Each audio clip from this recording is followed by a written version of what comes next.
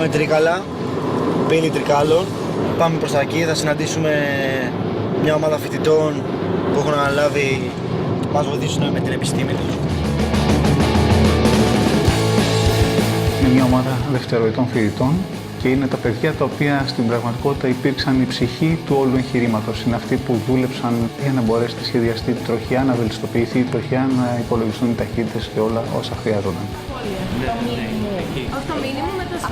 Τα μεγέθη δεν τα είχαμε αντιληφθεί εξ αρχής στην ολότητά τους. Τώρα που είμαστε εδώ από κοντά και το βλέπουμε, μας προκαλεί ένα δέος.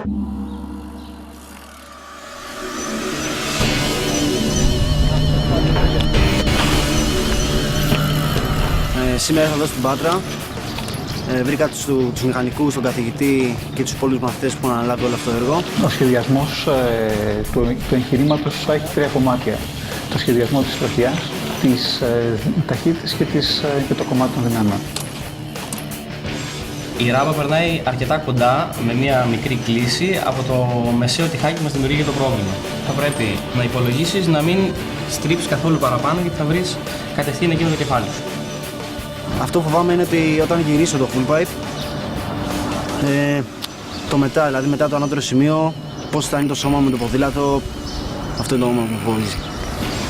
Οι απαιτήσεις από τον αθλητή είναι πάρα πολύ ψηλές, όσο καλά δηλαδή και αν έχει γίνει ο σχεδιασμός της ράμπας πρέπει κάποιος να τον υλοποιήσει.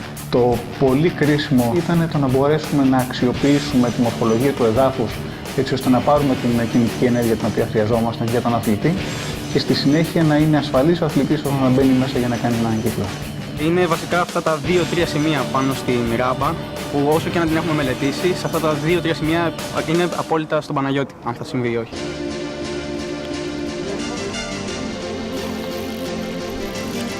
Το πιο βασικό για μένα είναι ότι βρήκα τον καθηγητή και τον είδα πολύ, πολύ σίγουρο για μένα. Εγώ πιστεύω ότι το εγχείρημα θα πάει καλά γιατί έχει δύο πολύ σημαντικά στοιχεία. Έχει έναν άνθρωπο ο οποίος θα επιχειρήσει να το υλοποιήσει, ο οποίος είναι σε εξαιρετική φυσική κατάσταση και το δεύτερο γιατί έχει σχεδιαστεί από κάποιους ανθρώπους που πραγματικά αγάπησαν αυτό που κάνουν. Εντάξει, έχω λίγο άγχος. Θέλω να δω την κατασκευή τελειωμένη, να δω πώς θα είναι μαζί με το full pipe όλο αυτό το έργο που έχουν αναλάβει. Πιστεύω πως θα πετύχει γιατί ο Παναγιώτης είναι πολύ ικανός από ό,τι έχουμε δει. Θέλουμε να είμαστε αισιόδοξοι. Θα τα καταφέρει. Όλα καλά. Είμαι 80% σίγουρος ότι θα το κάνω γιατί το άλλο 20% είναι αυτό που δεν ξέρουμε ότι πώς θα είναι η κατασκευή και το full pipe μαζί.